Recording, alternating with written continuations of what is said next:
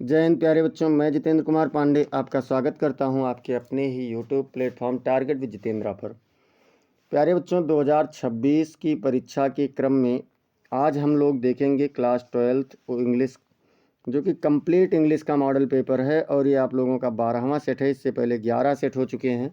अगर आप लोगों ने अब तक उन सेट को नहीं देखा है तो ज़रूर देख लीजिए, जिससे आपकी तैयारी और ज़बरदस्त हो सके। इससे बाहर कुछ नहीं आएगा, एग्ज़ाम में यहीं से आएगा। आप लोगों का ऐसा सीरीज लिया गया है।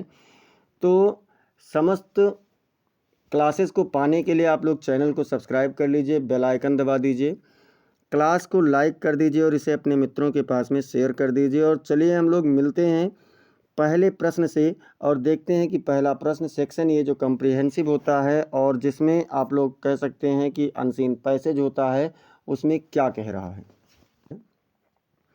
Read the following passage carefully.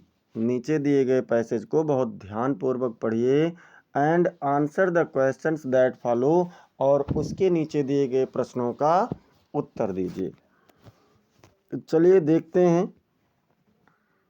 The Indian National army, भारतीय राष्ट्रीय फौज यानी आज़ाद हिंद फौज, plans went away with the defeat of Japan, Japan की हार के साथ समाप्त हो जाने की योजना बनाती है कि जब जापान की हार हुई तो समाप्त हो जाता था। Subhash Bose was killed in a plane accident while on his way to Tokyo.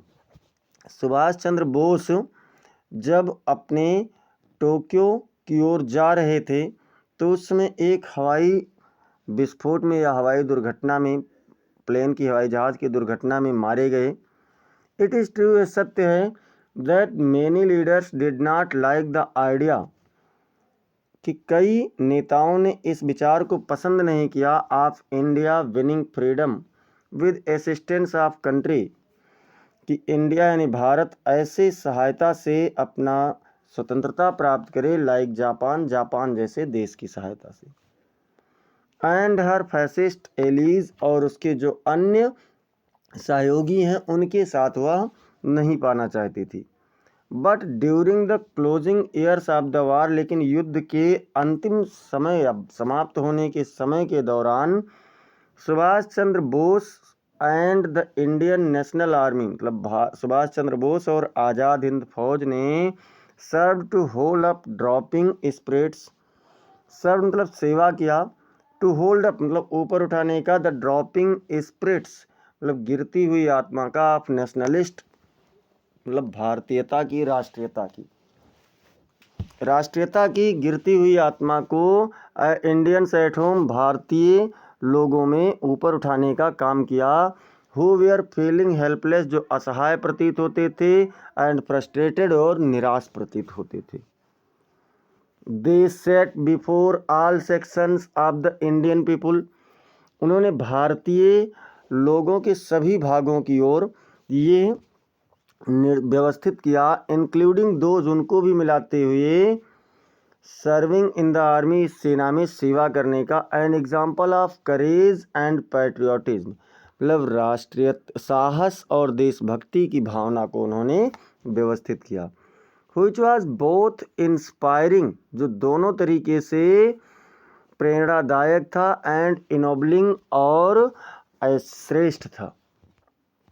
Therefore, इसलिए, when the government announced there decision, जब देश ने या सरकार ने अपना निर्णय घोषित किया, to prosecute some of the Indian National Army officers, कुछ भारतीय राष्ट्रीय यानी आज़ाद हिंद फौज के कर्मचारियों पर, अधिकारियों पर दोषारोपण किया, फॉर ट्रीजन मतलब धोखे का, because they had broken their oath of loyalty to the British crown, क्योंकि उन्होंने अंग्रेजी सत्ता के प्रति अपनी जिम्मेदारी का जो शपथ लिया था उसे तोड़ा था।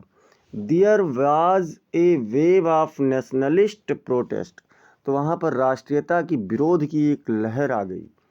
There were massive demonstration all over the country, पूरे देश में एक विशाल, एक भारी आंदोलन छिड़ गया, संकेत हो गया। देयर वेयर परसिस्टेंट डिमांड्स, एक तीव्र मांग उठी that the officers should be released, कि अधिकारियों को छोड़ दिया जाना चाहिए। अब इसमें हमसे क्वेश्चन जो पूछ रहा है, फर्स्ट क्वेश्चन है बच्चों कि what was the result of the defeat of Japan. Japan की हार का परिणाम क्या था?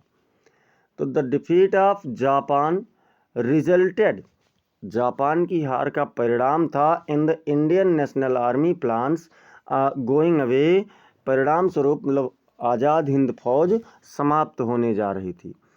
And Subhash Bose death in a plane accident, और सुभाष चंद्र बोस की मृत्यु एक हवाई जहाज़ दुर्घटना में होती है while on his way to Tokyo, जब वो अपने टोक्यो की यात्रा पर जा रहे थे।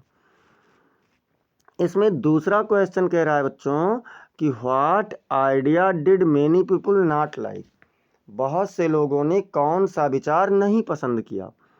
तो many people did not like the idea, बहुत से लोगों ने इस विचार को पसंद नहीं किया of India winning freedom with assistance of a country like Japan and her fascist allies, कि भारत अपनी स्वतंत्रता की जीत को जापान जैसे और अपने मित्र देशों की सहायता से जीते। सी वाला क्वेश्चन क्या कह रहा है बच्चों? सी वाला क्वेश्चन कह रहा है who set an example of courage and patriotism, मतलब साहस और देशभक्ति के उदाहरण को किसने प्रस्तुत किया? तो Subhash Bose and Indian National Army, मतलब सुभाष बोस और आज़ाद हिंद फौज ने set an example of courage and patriotism, मतलब साहस और देशभक्ति का एक उदाहरण प्रस्तुत किया। इसमें डी वाला क्वेश्चन क्या कह रहा है? डी वाला क्वेश्चन कह रहा है कि हाउ कैन यू प्रूव, आप कैसे सिद्ध कर सकते हैं that there was a wave of nationalist protest, कि यह एक राष्ट्रीयता की विरोध की लहर थी। तो there were massive demonstrations all over the country, पूरे देश में एक विशाल आंदोलन का संकेत था। एंड परसिस्टेंट डिमांड्स, और एक तीव्र मांग थी that the officer should be released, कि अधिकारियों को छोड़ दिया जाना चाहिए, स्वतंत्र किया जाना चाहिए। Which shows that there was a wave of nationalist protest, जो दर्शाता है कि यह एक राष्ट्रीयता के विरोध का लहर था। ई वाले में क्या कह रहा है बच्चों? एक एक क्वेश्चन 3-3 नंबर का था, ई वाला 3 नंबर का है, लेकिन इसमें 3 भाग हैं। इसमें कह रहा है which word in the passage means mutiny, mutiny शब्द पैसेज में यानी धोखा शब्द के लिए कौन सा अंग्रेजी लिया गया? तो the word treason in the passage means mutiny, passage में एक शब्द ट्रीजन लिया गया है जिसका अर्थ क्या होता है? म्यूटिनी होता है। इसके बाद में बी नंबर, इस दूसरा नंबर क्या कह रहा है? Which word in the passage is the opposite of equity, passage में कौन से शब्द का विलोम एक्विट है? तो पैसेज में एक्विट मतलब निर्दोष, और द वर्ड प्रोसिक्यूट मतलब दोषी कह सकते हैं। In the passage is the opposite of equity, equity शब्द का विलोम है। अगला क्या कह रहे हैं बच्चों? What is the meaning of the phrase, एक फ्रेज है जिसका अर्थ क्या है? फीलिंग हेल्पलेस एंड फ्रस्ट्रेटेड, असहाय और निराश महसूस करना, क्रोधित महसूस करना। तो the phrase feeling helpless and frustrated means, जो वाक्यांश फीलिंग हेल्पलेस एंड फ्रस्ट्रेटेड है उसका अर्थ है feeling unable to do anything to change a difficult और अनप्लीजेंट सिचुएशन, मतलब एक मुश्किल या दुखकारी दुखद परिस्थिति को बदलने के लिए अपने आप को असमर्थ महसूस करना। एंड फीलिंग एनाइड और क्रोधित और इरिटेटेड या झुंझलाहट महसूस करना बिकॉज ऑफ इट, इसके कारण। इस प्रकार से हम लोगों ने क्या देखा कि जो हमारा अनसीन पैसेज था वो हुआ कंप्लीट। अब यहाँ से शुरू होता है सेक्शन बी, राइटिंग स्किल पर। अब राइटिंग स्किल में क्या है? दूसरा क्वेश्चन कह रहा है right an article on any one of the following topics. मतलब आप किसी भी एक बिंदु पर कोई एक निबंध लिखिए इन अबाउट 100 to 150 वर्ड्स, मतलब 100 से लेकर के 150 शब्दों में। पहला क्या है? Unemployment in India and its reasons, भारत में बेरोजगारी और इसके कारण। दूसरा है फ्रीडम ऑफ स्पीच, मतलब वक्तव्य की स्वतंत्रता या बोलने की स्वतंत्रता। और तीसरा है सोअरिंग प्राइजेज एंड मीजर्स कंट्रोल, मतलब जो कीमतों में और पैमानों में वृद्धि हो रही है उसको कंट्रोल करना।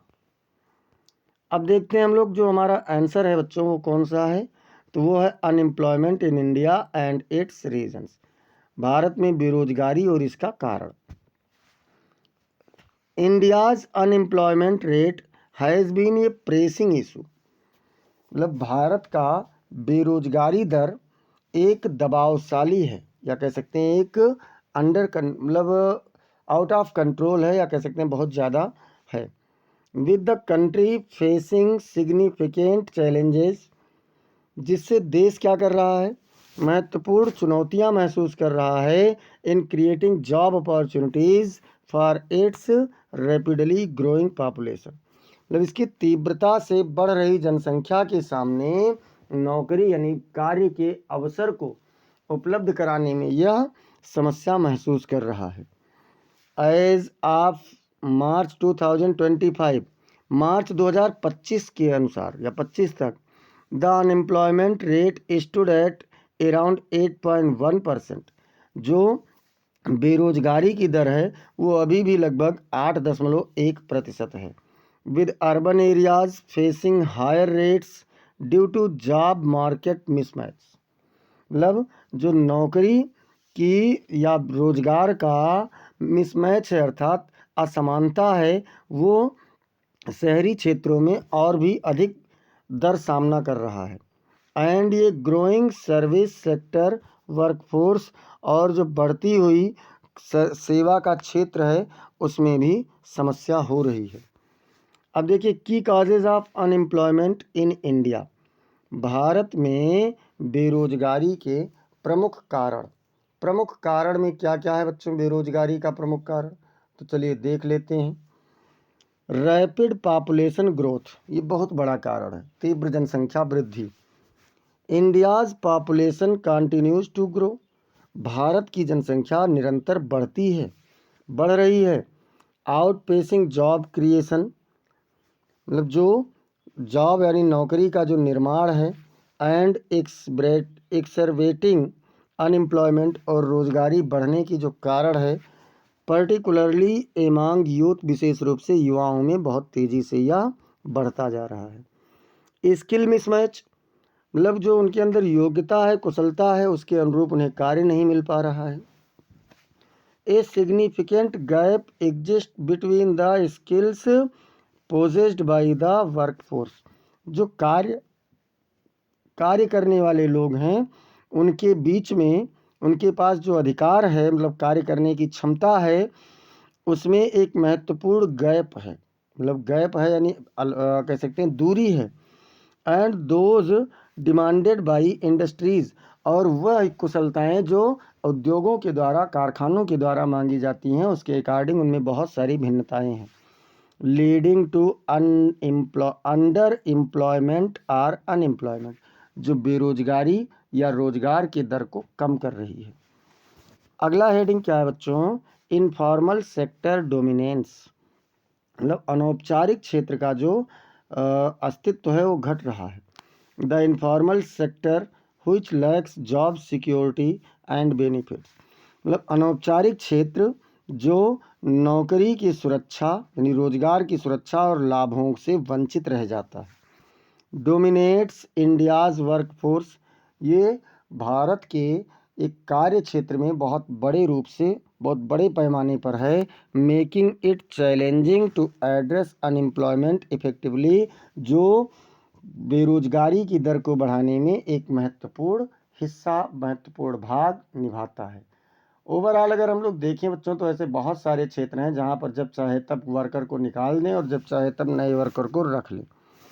फिर कह रहे हैं स्लो इंडस्ट्रियल ग्रोथ, मतलब धीमी औद्योगिक विकास। India's manufacturing sector growth has been slower than anticipated, limiting job opportunities. मतलब जो भारत का निर्माण क्षेत्र है उसका विकास धीमा है, किसकी अपेक्षा? रोजगार के सीमित अवसर की अपेक्षा उसका विकास बहुत धीमा है, स्पेशली इन अर्बन एरियाज, विशेष रूप से शहरी क्षेत्रों में है। अगला हेडिंग कह रहा है बच्चों कि टेक्नोलॉजिकल एडवांसमेंट्स, मतलब तकनीकी लाभ। Automation and technological advancements have transformed industries, मतलब कह सकते हैं कि जो स्वचालन और तकनीकी लाभ है इसने उद्योगों को परिवर्तित कर दिया है। परिवर्तित करने का मतलब जो काम 10 लोगों से होता था अब वो काम एक व्यक्ति मशीन से कर रहा है। Leading to job displacement for low skilled workers, जो निम्न कुशलता वाले लोग हैं इनको क्या कर रहा है? रोजगार से हटाया जा रहा है। अब देखिए फिर क्या है कि government initiatives to address unemployment, मतलब जो सरकार की योजनाएं हैं बेरोजगारी को ख़त्म करने के लिए, बेरोजगारी से संबंधित वो क्या क्या हैं। तो एक तो बच्चों Mahatma Gandhi National Rural Employment Guarantee Scheme, जिसको मनरेगा कहते हैं, यानी महात्मा गांधी राष्ट्रीय ग्रामीण रोजगार गारंटी योजना। इसमें क्या है? Guarantees 100 days of employment to an unemployed person in a year, एक वर्ष में एक बेरोजगार को 100 दिनों के रोजगार की एक गारंटी देता है। फिर अगला क्या है बच्चों? अगला क्या किया है सरकार ने? तो अगला किया है दीनदयाल अंत्योदय योजना। इसमें क्या हो रहा है? Provides industrially recognised skills to the poor, मतलब विशेष रूप से गरीबों को औद्योगिक कुशलता, उनकी कुशलता के अनुसार बढ़ाना। Aiming to eradicate urban and rural poverty, जो गरीबी मतलब शहरी और ग्रामीण क्षेत्र के गरीबी को हटाने के लिए विशेष रूप से इसे चलाया गया है। फिर है प्रधानमंत्री कौशल विकास योजना, यानी PMKY, प्रधानमंत्री कौशल विकास योजना। ये क्या कर रहा है? Offer short term skill training. ये क्या कर रहा है कि मतलब कम समय में कुशलता की प्रशिक्षण दे रहा है। And certification for emerging sectors, और बढ़ रहे आवश्यकता वाले क्षेत्रों में क्या कर रहा है? सर्टिफिकेट दे रहा है, like AI and green jobs, जैसे कि AI और पर्यावरण के अनुकूलन जो नौकरियां हैं उसमें दे रहा है। अब देखो, टू इफेक्टिवली एड्रेस अनएम्प्लॉयमेंट, मतलब प्रभावशाली रूप से बेरोजगारी को संबोधित करते हुए India needs to focus on skill development, भारत को कौशलता के विकास पर ध्यान देने की आवश्यकता है। प्रमोट लेबर इंटेंसिव सेक्टर्स, जो मजदूर की आवश्यकता वाले क्षेत्र हैं उनको विकसित करना। एंड इनकरेज इंटरप्रेन्योरशिप, और आत्मनिर्भरता स्वावलंबन को प्रोत्साहित करना। While also investing in education and vocational training, जिसमें शैक्षणिक और अनौपचारिक प्रशिक्षण को भी शामिल किया जाए। अब देखते हैं क्वेश्चन नंबर 3, और क्वेश्चन नंबर 3 कह रहा है बच्चों, क्या कह रहा है? Write a letter to the health officer, आप अपने अगेंस्ट, एक मिनट, हाँ, कह रहे हैं कि write a letter to the health officer complaining against insanitary conditions of the locality you live in, मतलब आप उस क्षेत्र, जिस क्षेत्र में आप रह रहे हैं उसमें अस्वच्छता की शिकायत करते हुए अपने क्षेत्र के स्वास्थ्य अधिकारी को एक पत्र लिखिए। तो चलिए शुरुआत कर देते हैं भैया। आंसर में टू द हेल्थ ऑफिसर, तो सेवा में स्वास्थ्य चिकित्सा अधिकारी, म्यूनिसिपल कॉरपोरेशन गोंडा यूपी, मतलब जो कह सकते हैं नगर पालिका गोंडा उत्तर प्रदेश। अब इसके बाद में सब्जेक्ट में क्या है भैया? तो सब्जेक्ट में है complaint regarding in sanitary condition in locality name. आप यहाँ पर जो भी डालना चाहें डाल सकते हैं, इसीलिए मैंने इसको आपके ऊपर छोड़ दिया है कि यहाँ पर क्या है। अब देखिए, सर श्रीमान जी, I am writing to bring to your attention the deplorable insanitary conditions prevailing in. आप उस स्थान का नाम डालेंगे जो ऊपर डाले थे। तो क्या होता है कि मैं आपका ध्यान अपने इस स्थान क्षेत्र में आकर्षित करना चाहता हूं जहां पर बहुत अधिक अस्वच्छता की परिस्थितियां पनप रही हैं। वेयर आई रिसाइड, जहां पर मैं रहता हूं।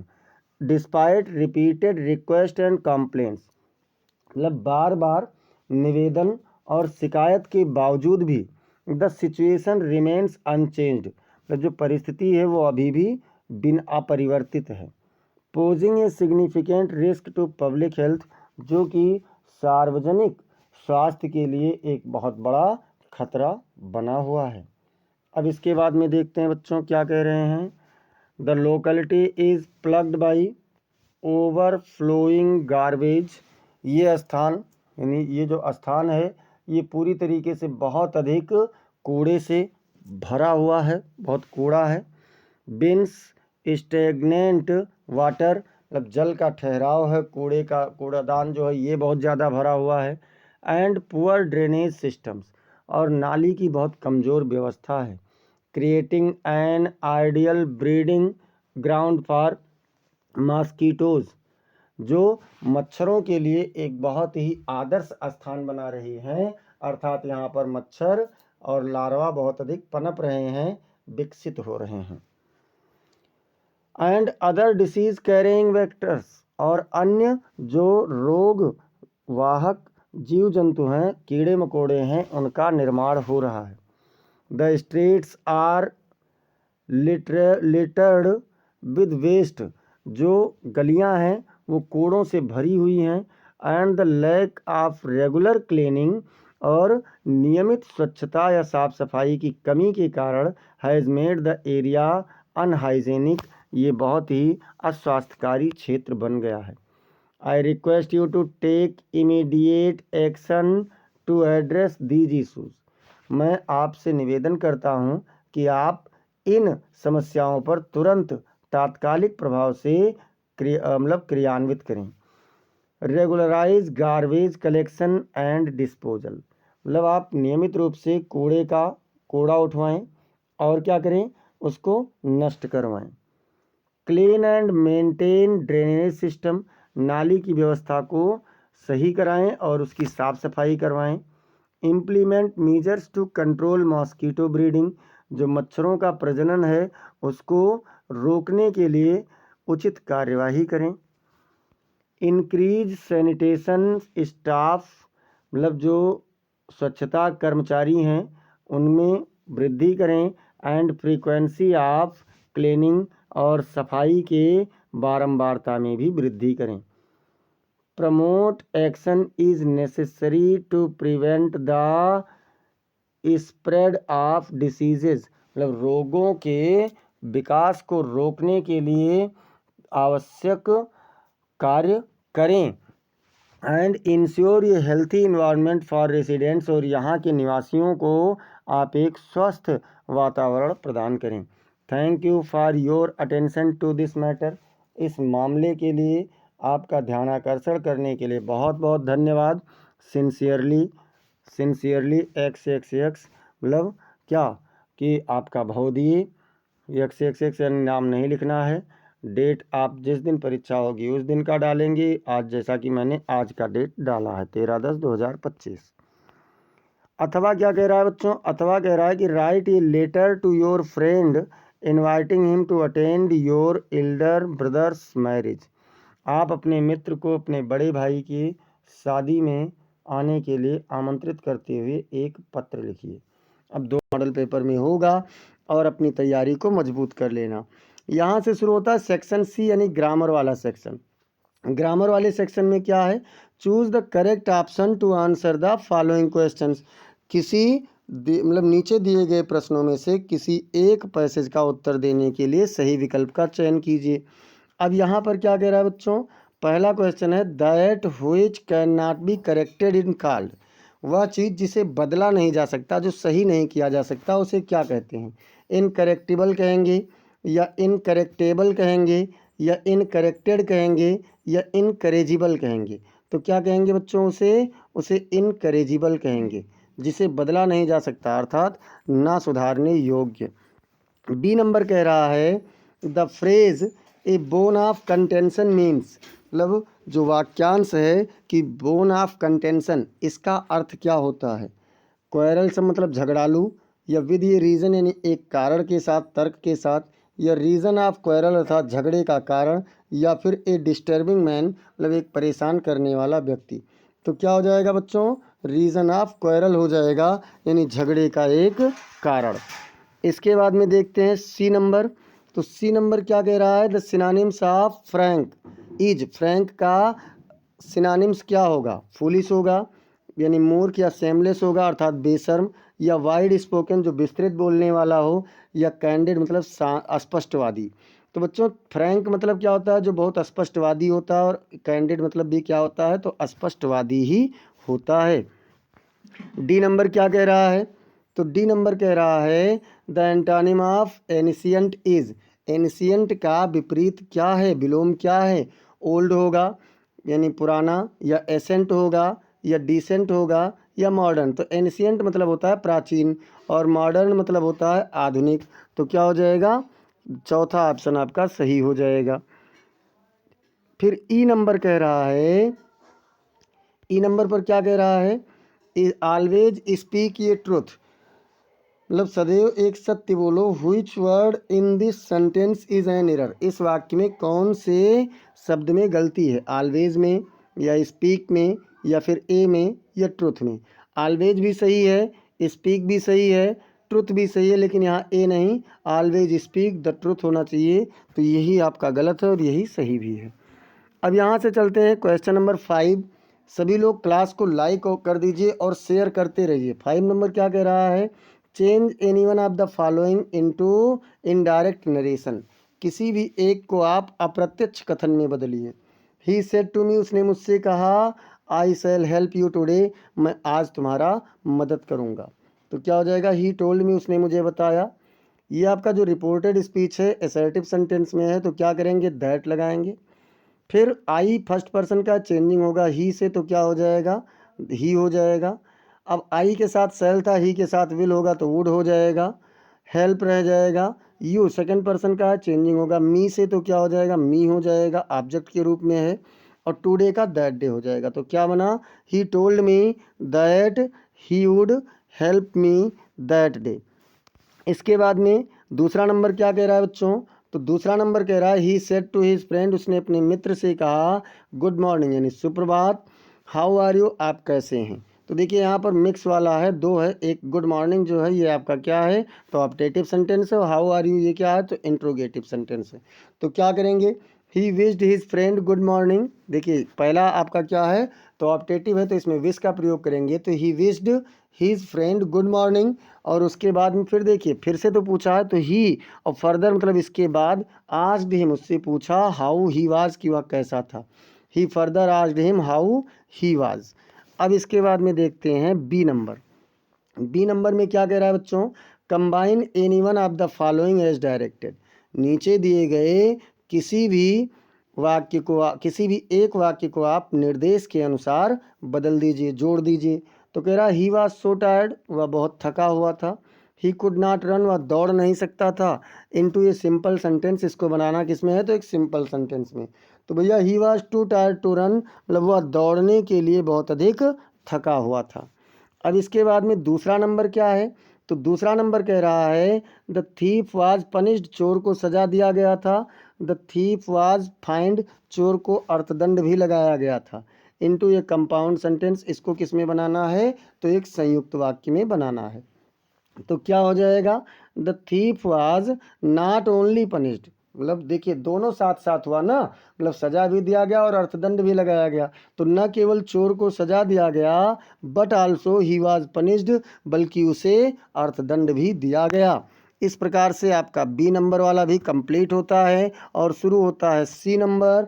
सी नंबर क्या कह रहा है, transform any one of the following as directed, मतलब किसी भी एक को आप निर्देश के अनुसार क्या करेंगे, बदलेंगे, रूपांतरित करेंगे। कह रहा है Nainital is not so hot as Agra, Nainital उतना अधिक गर्म नहीं है जितना कि आगरा। करना क्या है, इनटू कंपैरेटिव डिग्री, इसे आपको कंपैरेटिव डिग्री में बदल देना है। तो देखिए कंपैरेटिव डिग्री का फार्मूला होता है, सबसे पहले अंतिम शब्द को लाइए तो भैया ये हो गया, उसके बाद वर्ब लिखिए तो आगरा इज हो गया। अगर नाट है तो हट जाएगा, नहीं है तो लग जाएगा, तो नाट है तो हट गया।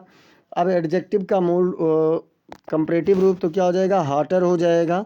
दैन लगा करके पहला शब्द यानी कि नैनीताल, तो क्या हो गया, आगरा इज हाटर देन नैनीताल। इसके बाद में इसमें दूसरा नंबर क्या कह रहा है, तो दूसरा नंबर कह रहा है दियर ग्लोरी कैन नेवर फेड, इसको बनाना है इंट्रोगेटिव सेंटेंस में। तो इंट्रोगेटिव में है तो हेल्पिंग वर्ब को पहले ले आइए कैन, उसके बाद में सब्जेक्ट को लिखिए दियर ग्लोरी, और देखिए अगर ये नेगेटिव में है तो इसका इंट्रोगेटिव अफर्मेटिव में बनेगा, यानी नेवर को ईवर में कर दीजिए और फेड कर दीजिए। Can their glory ever fade, क्या उनका शान कभी मुरझा सकता है, अर्थात कभी नहीं। अब देखते हैं डी नंबर। डी नंबर क्या कह रहा है, तो डी नंबर कह रहा है कि correct any one of the following sentences, किसी एक वाक्य को सही कीजिए।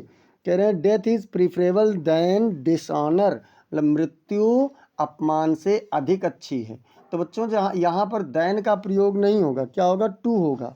तो death is preferable to dishonour, मतलब जो मृत्यु है वो अपमान से अधिक अच्छी है, यहाँ पर टू का प्रयोग होगा, दैन का प्रयोग बिल्कुल भी नहीं होगा। फिर कह रहे हैं इफ़ ही विल कम, यदि वह आएगा, आई शैल गो विथ हिम, तो मैं उसके साथ चला जाऊंगा। इसमें मैं आपको बता दूं कि यहाँ पर कंडीशनल में अगर दूसरा आपका फ्यूचर में है, यानी इफ़ वाला आपका जब प्रेजेंट इंडिफिनिट में होगा तब आपका दूसरा वाला फ्यूचर इंडिफिनिट में होगा। हालांकि यहाँ फ्यूचर इंडिफिनिट में है लेकिन ये प्रेजेंट इंडिफिनिट में नहीं है, तो इसको प्रेजेंट इंडिफिनिट में कर देना है। If he comes I shall go with him, यदि वह आएगा तो मैं उसके साथ चला जाऊंगा। इसके बाद में ई नंबर पर क्या कह रहा है, तो ई नंबर कह रहा है कि use any one of the following pairs of words, किसी भी एक शब्द के जोड़े का प्रयोग कीजिए इन योर आउन सेंटेंसेज, अपने खुद के वाक्यों में, to make the difference in their meanings clear, उनके अर्थों में स्पष्ट, मतलब उनके मीनिंग में स्पष्ट अर्थ बताते हुए किसी एक का आप क्या करेंगे, किसी एक जोड़े का प्रयोग कीजिए। अब देखो यहाँ पर पहला क्या है, तो एम्पायर और दूसरा है अंपायर। पहले एम्पायर का अर्थ होता है राज्य या क्षेत्र और दूसरे अंपायर का अर्थ होता है निर्णायक। तो क्या कहा, the Roman empire was a vast and powerful state that existed for centuries, मतलब रोमन शासन एक विशाल और शक्तिशाली राज्य था जो शताब्दियों तक अस्तित्व में रहा। और अंपायर में इन टेनिस, मतलब टेनिस में the umpire has the final से इन डिस्प्यूट, मतलब झगड़े में अंपायर के पास अंतिम कथन कहने का, अंतिम निर्णय कहने का अधिकार होता है। ओवर लाइन कॉल, जब लाइन पर कोई ऐसा निर्णय होता है। अब देखते हैं चेक और चेक, क्या है, चेक और चेक। पहले चेक का मतलब होता है जांच करना और दूसरे चेक का मतलब होता है बैंक भुगतान वाला चेक। तो क्या कहा, ही चेक्ड द आंसर, उसने उत्तर की जांच की। और यहाँ क्या, आई फाउंड ए चेक, मुझे एक चेक प्राप्त हुआ या मैंने एक चेक पाया। अब इसके बाद क्वेश्चन नंबर 6 है बच्चों, translate the following passage into English, किसी भी एक पैसेज, मतलब नीचे दिए गए पैसेज का आप अंग्रेजी में अनुवाद कीजिए। सभी लोग एक बार क्लास को ज़ोरदार तरीके से शेयर कर दें और अगर अब तक लाइक नहीं किए हैं तो लाइक कर दीजिए। क्या कह रहा है, चाय का उत्पादन सर्वप्रथम चीन में हुआ था। तो क्या हो जाएगा, टी वाज, मतलब चाय था, फर्स्ट मैंने सबसे पहले, प्रोड्यूस्ड मतलब उत्पादित किया गया, इन चाइना मतलब चीन में, चीन में सबसे, मतलब चाय का उत्पादन सबसे पहले चीन में हुआ था, मतलब the tea was first produced in China. फिर है प्रारंभ में इसका प्रयोग दवा के रूप में किया गया, मतलब इनिशियली यानी प्रारंभ में। It was used as a medicine, इसका प्रयोग दवा के रूप में किया गया, किंतु बाद में यह सर्वाधिक प्रिय पेय बन गया। बट लेटर, बल्कि लेकिन बाद में it became the most popular beverage, ये सर्वाधिक प्रिय पेय पदार्थ बन गया। फिर क्या कह रहे हैं, उसके बाद में है यह अधिकांशतः भारत और श्रीलंका में पैदा होती है। मतलब now it is mostly grown in India and Sri Lanka, यानी अब यह अधिकतर कहाँ, तो भारत और श्रीलंका में होता है। उसके बाद में क्या कहे, अब तो संपूर्ण संसार में चाय पीने की आदत हो गई है। Now the habit of drinking tea has spread all over the world. कठिन परिश्रम के बाद एक प्याली चाय ताजगी देती है। एक cup of T after hard work gives freshness, मतलब चाय ताजगी देती है। यहाँ से शुरू होता है सेक्शन डी यानी लिटरेचर वाला सेक्शन, और लिटरेचर वाला सेक्शन कह रहा है तो एक बार जोरदार तरीके से क्लास को आप लोग शेयर कर दीजिए और इसे आप लोग लाइक भी कर दीजिए। और चलिए हम लोग देखते हैं अब इस सेक्शन को। सेक्शन डी का लिटरेचर वाले में 7वां क्वेश्चन, यानी जो पहला क्वेश्चन है सेक्शन डी का, वो कह रहा है answer the following questions in about 40 words each. आप प्रत्येक प्रश्नों का उत्तर लगभग 40 शब्दों में देना है। कितने शब्दों में, तो लगभग 40 शब्दों में देना है। जिसमें आपका पहला क्वेश्चन कह रहा है whom did M. Hamel blame for not paying proper attention to the study of French। M Hamel ने फ्रेंच के अध्ययन पर उचित ध्यान न देने के लिए किसे दोषी ठहराया है। किसे दोषी ठहराया बच्चों, तो M Hamel blamed the parents and the people of Alsace. M Hamel ने माता पिता और अल्सास के लोगों को दोषी ठहराया है for not paying proper attention to the study of French. French के अध्ययन पर उचित ध्यान न देने के लिए एम हैमेल ने किसे दोषी ठहराया, तो अल्सास के लोगों और माता पिता को दोषी ठहराया है। As they prioritised sending their children to work, जैसा कि वह अपने बच्चों को कार्य पर भेजने में प्राथमिकता देते हैं ओवर एजुकेशन, शिक्षा के अतिरिक्त, शिक्षा के बजाय। And he also blamed himself for occasional negligence, और कभी कभार की उपेक्षा के लिए उन्होंने अपने आप को भी दोषी ठहराया है। अथवा मान लो आप इसे नहीं कर पा रहे हैं, तो अथवा कह रहा है, अथवा में क्या कह रहा है, where is Seemapuri situated, Seemapuri कहाँ स्थित है, तो Seemapuri is situated in the north eastern part of Delhi India. Seemapuri Delhi के उत्तरी अंतिम छोर पर स्थित है। Specifically in the north east district, विशेष रूप से पूर्वोत्तर का जिला है। It is a backward area, यह एक पिछड़ा हुआ क्षेत्र है। मतलब पाठ के अकॉर्डिंग पिछड़ा हुआ क्षेत्र ही तो है। अब देखिए उन दोनों में से ए में जो अथवा करके था और उसमें दोनों में से कोई एक करना था। अब यहाँ पर बी में कह रहा है what was the childhood incident that made Douglas afraid of water, वह कौन सी बचपन की घटना थी जिसने डगलस को पानी से भयभीत कर दिया था। तो द चाइल्डहुड इंसिडेंट मतलब बचपन की घटना that made Douglas afraid of water, जिसने डगलस को पानी से भयभीत कर दिया था। वाज मतलब थी, क्या था, when he was nearly ड्राउन्ड at the YMCA pool, जब वह लगभग YMCA तालाब में डूब चुके थे। एट द एज ऑफ 10 और 11, 10 या 11 वर्ष की उम्र पर। A big boy tossed him into the deep and, एक बड़े लड़के ने उन्हें गहरे पानी की ओर उछाल दिया था। And Douglas sank to the bottom, और डगलस तली तक डूब गए थे। एक्सपीरियंसिंग इंटेंस फेयर, एक बहुत गहरा भय का अनुभव करते हुए। And a sense of death, और मृत्यु की एक समझ का अनुभव करते हुए। लिविंग ए लास्टिंग इम्पैक्ट, जिसने उनके ऊपर एक कभी ना समाप्त होने वाला प्रभाव छोड़ दिया था। अथवा मान लो आप उसे नहीं कर पा रहे हैं तो आप इसे कर लेना। व्हाट हैपेंड, क्या हुआ, व्हेन चर्च क्लॉक स्ट्रक 12, जब चर्च की घड़ी ने 12 बजाया। तो जब चर्च की घड़ी ने 12 बजाया तो उस समय क्या हुआ था? When the church clock struck 12, जब चर्च की घड़ी ने 12 बजाया, M Hamel stood up, M Hamel खड़े हो गए, रोट मतलब लिखा, वाइव ला फ्रांस मतलब फ्रांस जिंदाबाद, ऑन द ब्लैक बोर्ड मतलब श्यामपट पर उन्होंने लिखा, and dismissed the students marking the end of his teaching career, और अपने उस शिक्षण का कार्यकाल को, कैरियर को अंत का संकेत करते हुए छात्रों को उस दिन का छुट्टी दे दिया। अब इसके बाद में देखते हैं बच्चों 8वां क्वेश्चन। 8वां क्वेश्चन कह रहा है answer any one of the following in about 80 words. किसी भी एक का आप 80 शब्दों में उत्तर दीजिए। और देखते हैं कि पहला प्रश्न क्या है। 2 दिया जाएगा, कोई एक करना होगा।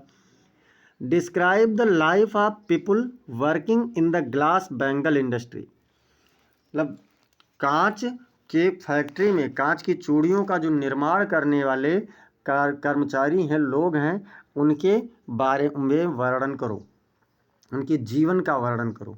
तो चलिए वर्णन करते हैं और देखते हैं। The life of people working in the glass bangle industry, तो चूड़ी उद्योग कारखाना में कार्य करने वाले लोगों का जीवन is marked by hardship and struggle, मतलब कठिनाइयाँ और संघर्ष से चिन्हित किया गया है। सविता, ये यंग वोमेन मतलब सविता एक छोटी महिला, एक युवा महिला, वर्क्स टायरलेसली मतलब बिना थके हुए कार्य करती है। Her hands stand with burns and scars, उसके हाथ जलने से और दागों से खुरदुरे हैं। फ्रॉम हैंडलिंग हॉट ग्लास, गर्म कांच की चूड़ियों को पकड़ने की वजह से सख्त हो गए हैं। सी टॉयल्स इन ए स्मॉल डिंगी रूम, वह एक छोटे से बदबूदार कमरे में परिश्रम करती है, कार्य करती है। Her eyes strained from focusing on intricate designs, उस दुर्लभ डिज़ाइन यानी तौर तरीकों पर कार्य करने की वजह से उसकी आंखें अभ्यस्त हो गई हैं, धीरे धीरे सिकुड़ रही हैं। The work is labour intensive, मतलब ये कार्य अत्यधिक परिश्रम का है। And the pay is meagre, और भुगतान बहुत थोड़ा सा है, भुगतान बहुत थोड़ा सा है और वर्क बहुत अधिक है। डिस्पाइट द चैलेंजेस, इन चुनौतियों के बावजूद भी Savita continues to work, Savita कार्य करना जारी रखती है। Driven by the need to support her family, अपने परिवार की मदद करने की आवश्यकताओं से प्रेरित होकर वो कार्य कर रही है। Her story reflects the plight of many in the industry, उसकी कहानी इस उद्योग में बहुत से लोगों के फंसे होने के प्रतिरूप को प्रदर्शित करती है। Trapped in a cycle of poverty and drudgery, जो गरीबी और अभाव के इस कुचक्र में फंसे हुए हैं। अथवा अब देखिए बी में से है, बी क्या कह रहा है? तो बी नंबर कह रहा है बच्चों कि how did Gandhi ji reach Champaran, Gandhi ji Champaran कैसे पहुँचे। And how did he solve the problem of farmers, और उन्होंने किसानों की समस्याओं का समाधान कैसे किया। तो देखते हैं भैया क्या कह रहे हैं। Gandhi ji reached Champaran at the invitation of Rajkumar Shukla, Gandhi ji Rajkumar Shukla के आमंत्रण पर चंपारण पहुंचे। अब राजकुमार शुक्ला कौन है? ए लोकल फार्मर, मतलब एक स्थानीय किसान, who approached him at the Lucknow Congress, जो लखनऊ कांग्रेस के सम्मेलन में उन्हें मिला था। Shukla urged Gandhi to visit Champaran, Shukla ने गांधी से चंपारण आने के लिए निवेदन किया। And address the plight of indigo farmers, और जो नील के किसान हैं उनकी स्थितियों से संबोधित किया। एक्सप्लॉइटेड बाय ब्रिटिश प्लांटर्स, जो अंग्रेज अधिकारियों से यानी अंग्रेज जमींदारों से बहुत अधिक परेशान थे। गांधी अराइव्ड इन चंपारण इन अप्रैल 1917, गांधी चंपारण में अप्रैल 1917 में पहुंचे एंड बिगेन ऑर्गेनाइजिंग फार्मर्स, और किसानों को संगठन बनाने लगे। लिसनिंग टू दियर ग्रीवेंसेस, उनके दुखों को सुनते हुए, and promoting non violent resistance, और अहिंसा के आंदोलन को विकसित करते हुए उन्होंने अपना कार्य शुरू किया। फिर क्या कह रहे हैं बच्चों, ही कलेक्टेड टेस्टिमोनीज, उन्होंने चरित्र यानी गुणों को इकट्ठा किया। Met with planters and officials, जमींदारों और अधिकारियों से मिले। And eventually the government appointed a commission, और सौभाग्यवश सरकार ने एक आयोग गठित कर दिया। Leading to the abolition of the exploitative Tinkathia system, जो इस तिनकठिया प्रणाली को समाप्त करने में एक बहुत ही अहम भूमिका निभाई। And reforms improving farmers lives, और किसानों की रहन सहन को सुधार करने में भी एक अहम भूमिका निभाई। 9वां क्वेश्चन कह रहा है बच्चों, read the following extract carefully, नीचे दिए गए अंश को ध्यानपूर्वक पढ़िए। And answer the questions that follow, और उसके नीचे दिए गए प्रश्नों का उत्तर दीजिए। क्या कह रहे हैं, I looked again at her, मैंने उन्हें दोबारा देखा। कवियत्री कह रहे मैंने उन्हें दोबारा देखा। Wan pale as a late winter's moon, जो उदास थी और पीली थी, एक देर में जैसे चंद्रमा, ठंडी के चंद्रमा के समान उदास थी। And felt that old familiar ache, और उस पुराने परिचित दर्द को महसूस किया।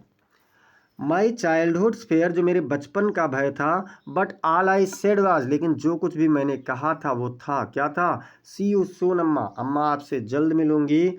ऑल आई डिड, जो कुछ मैंने किया, was smile and smile and smile, वो मैं मुस्कुराई और मुस्कुराती रही और मुस्कुराती ही रही।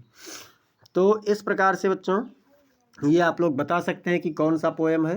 कमेंट सेक्शन में पोएम का नाम बताइए और साथ ही साथ पोएट का नाम भी बताइए। अब देखते हैं इसका पहला क्वेश्चन। पहला क्वेश्चन क्या कह रहा है, how is the poetess mother compared, कवियत्री की माँ की तुलना किससे की गई है। तो किससे की गई है कवियत्री की माँ की तुलना, तो the poetess mother is compared to a late winter's moon, कवियत्री की माँ की तुलना ठंडी के एक देर के चंद्रमा से की गई है। सजेस्टिंग, ये सुझाव देते हुए, सी इज वैन, की वह पीली हैं, मतलब उदास हैं, पेल पीली हैं। एंड फेडिंग, और मुरझाई हुई हैं। Much like the moon in the winter season, ठीक वैसा ही जैसा चंद्रमा ठंडी के समय में होता है। अच्छा, अब बी वाला क्या पूछ रहा है, बी पूछ रहा है कि what did the poetess feel, कवियत्री क्या महसूस करती है। तो भैया आंसर में देखते हैं, the poetess felt a familiar ache, कवियत्री एक परिचित दर्द को महसूस करती है। ए चाइल्डहुड फेयर, एक बचपन का भय। Likely the fair of losing her mother, ठीक वैसा ही जिससे अपनी माँ को खोने का भय उसे होता है। सी नंबर क्या कह रहा है, सी नंबर कह रहा है, what did the poetess do at the time of farewell, विदाई के समय पर यानी प्रस्थान के समय पर कवियत्री ने अपनी माँ के लिए क्या किया था। तो at the time of farewell, विदाई के समय पर, the poetess smiled and smiled and smiled, कवियत्री मुस्कुराई और मुस्कुराती रही और मुस्कुराती रही। Trying to hide her true emotion, अपने सच्चे भावों को छुपाने का प्रयास करते हुए। And put up a brave face, और एक बहादुर चेहरा बनाए रखा। सेइंग, कहते हुए, सी यू सून अम्मा, अम्मा आपसे को जल्द ही देखूंगी, या अम्मा आपसे जल्द ही मिलूंगी, ऐसा कहते हुए उसने उस भाव को बनाए रखा। तो चलिए एक बार सभी लोग क्लास को लाइक कर दीजिए, शेयर कर दीजिए, और कमेंट में ज़रूर बताइए कि आपको क्लास कैसा लग रहा है, मज़ा आ रहा है या फिर नहीं। एक बार सभी लोग कमेंट सेक्शन में बताते रहिए। और देखते हैं क्वेश्चन नंबर 10। क्वेश्चन नंबर 10 कह रहा है, right the central idea of any one of the following poems, किसी भी मतलब नीचे दिए गए कविता में से नामों में से किसी एक पर आप केंद्रीय भाव उसका लिखिए। तो कीपिंग क्वाइट है बच्चों, ए थिंग ऑफ ब्यूटी है, और ए रोड साइड स्टैंड है। बार बार कहता हूँ 5 सेंट्रल आइडिया है, कोई भी 3 आप लोग याद कर लीजिएगा। और देखते हैं इसमें से कि क्या है। इसमें से आप लोगों का जो सेंट्रल आइडिया है, the central idea Pablo Neruda's poem, मतलब पाब्लो नेरूडा की कविता का केंद्रीय भाव कीपिंग क्वाइट, जो क्या है कीपिंग क्वाइट है, is the importance of introspection.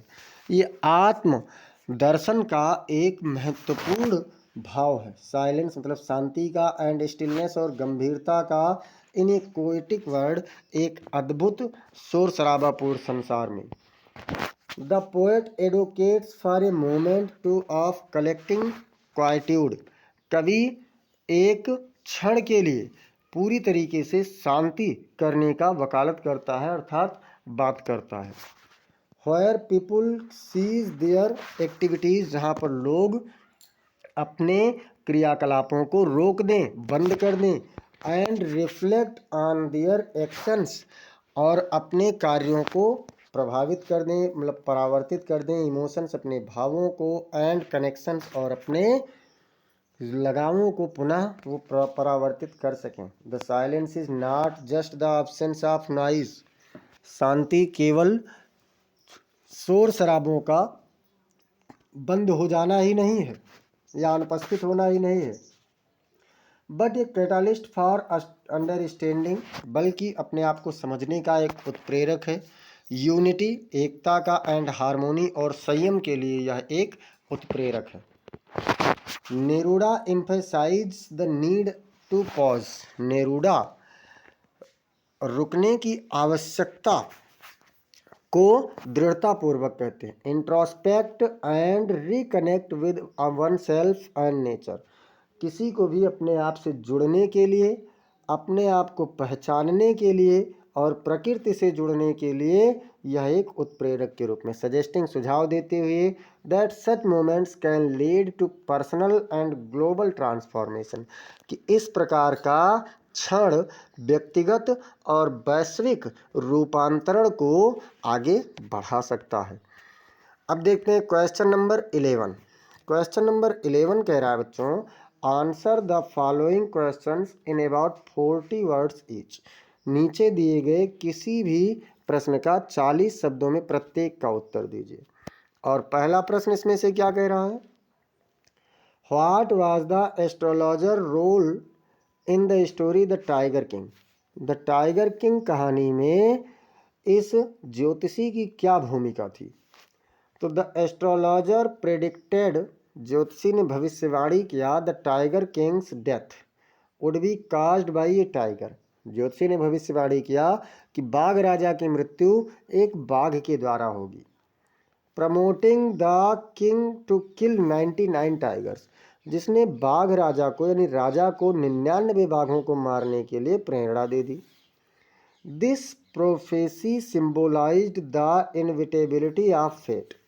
ये भविष्यवाणी उसके भाग्य का पूरी तरीके से एक दूसरे से मिला जुला हुआ प्रतीक है। अल्टीमेटली फुलफिल्ड, जो अंततः पूरी होती है, when the king died from A wooden toy tiger, जब राजा एक लकड़ी के बाघ से, खिलौने वाले बाघ से मर जाता है। आयरॉनिकली द 100 टाइगर, जो एक प्रतीकात्मक रूप से 100वां बाघ था। और अथवा में क्या कह रहा है बच्चों, अथवा कह रहा है why was Sadao sent to America.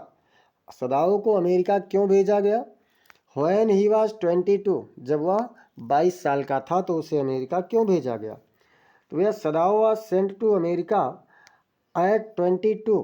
Sadao को 22 वर्ष की उम्र पर अमेरिका भेजा गया to specialise in surgery and medicine, मतलब शल्य चिकित्सा और किसमें, और औषधि में विशेषज्ञता, कुशलता प्राप्त करने के लिए भेजा गया। To broaden his medical knowledge, अपने औषधीय ज्ञान एंड स्किल्स और कुशलता को विस्तृत करने के लिए। And to become a renowned surgeon, और एक प्रसिद्ध सर्जन बनने के लिए उसे भेजा गया था।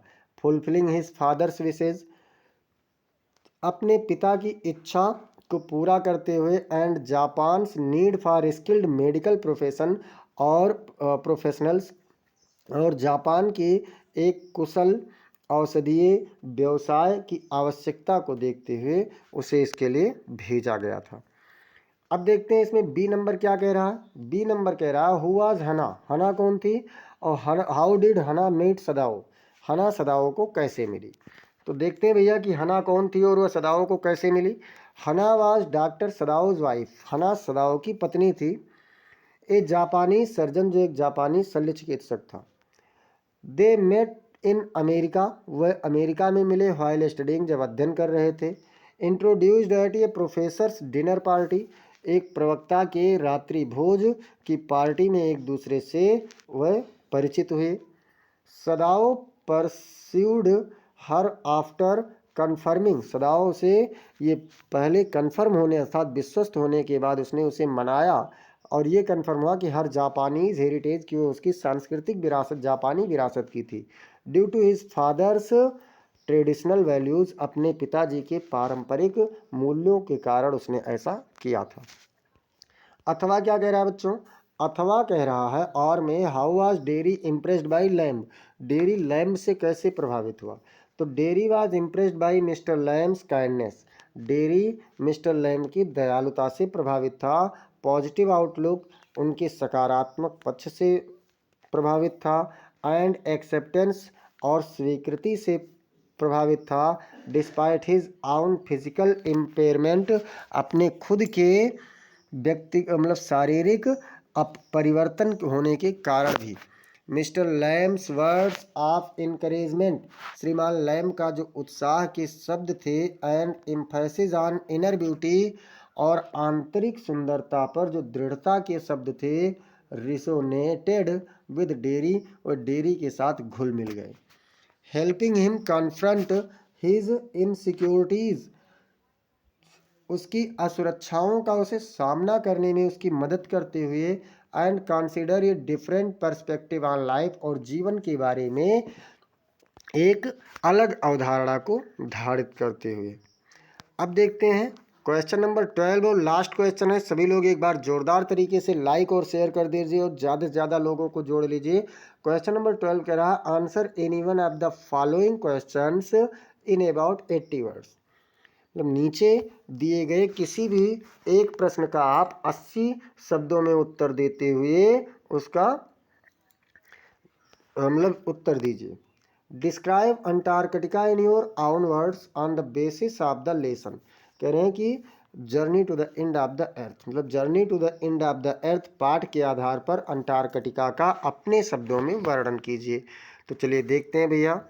Antarctica is a breathtakingly beautiful and isolated continent, Antarctica सांस लेता हुआ यानी जीवित, सुंदर और एकांत महाद्वीप है। Characterised bye it's expensive white landscape, जो अपने विस्तृत सफ़ेद भूभाग से बहुत ही अधिक विस्तृत था। अनइंटरप्टेड ब्लू हॉरिजन, मतलब बिना किसी बाधा के निर्बाध रूप से नीला क्षितिज था। एंड स्योरल 24 आवर ऑस्ट्रल समर लाइट, और जो जब सूर्य दक्षिणी ध्रुव पर होता है तो उसमें पूरी तरीके से गर्मी का प्रकाश, 24 घंटे गर्मी का प्रकाश पाता है। It is a place of immense silence, ये एक गहरे शांति का स्थान है।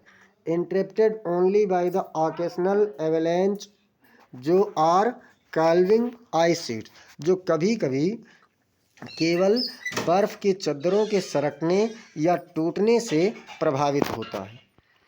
The continent is home to a vast area of wildlife, यह महाद्वीप एक विस्तृत जंगली जीवन का क्या है, घर है। फ्रॉम माइक्रोस्कोपिक मिजेस एंड माइट्स, मतलब सूक्ष्मदर्शी से देखे जाने वाले छोटे छोटे कणों से लेकर के टू मैजेस्टिक ब्लू व्हेल्स, विस्तृत नीली व्हेल तक यहाँ पर पाए जाते हैं। And icebergs as big as countries, और यहाँ के जो बर्फ़ के चट्टान हैं उतने बड़े बड़े हैं जितने कि एक देश हैं। Antarctica holds secrets of the to the earth's past present and future. Antarctica पृथ्वी के अतीत, वर्तमान और भविष्य के रहस्यों को पकड़े हुए है। With 90% of the planets ice stored here. यहाँ पर पूरे ग्रह का 99% बर्फ यहीं पर संग्रहित है। इट इज़ ए प्लेस, यह एक ऐसा स्थान है where geological history is trapped, जहाँ पर भौगोलिक इतिहास फंसा हुआ है। Revealing clues about the supercontinent Gondwana, जो गोंडवाना के एक विस्तृत मतलब उपमहाद्वीप गोंडवाना का रहस्यों को प्रकट करता है। इवोल्यूशन एंड एक्सटेंशन, मतलब कह सकते हैं वाष्पोत्सर्जन और संघनन, सब कुछ यहाँ पर है। द कॉन्टिनेंट्स फ्राइजिल इकोसिस्टम, जो इस महाद्वीप का नाजुक पारितंत्र है, makes it a crucial indicator of climate change. ये इसे एक जलवायु परिवर्तन का एक नाजुक संकेतक के रूप में दर्शाता है।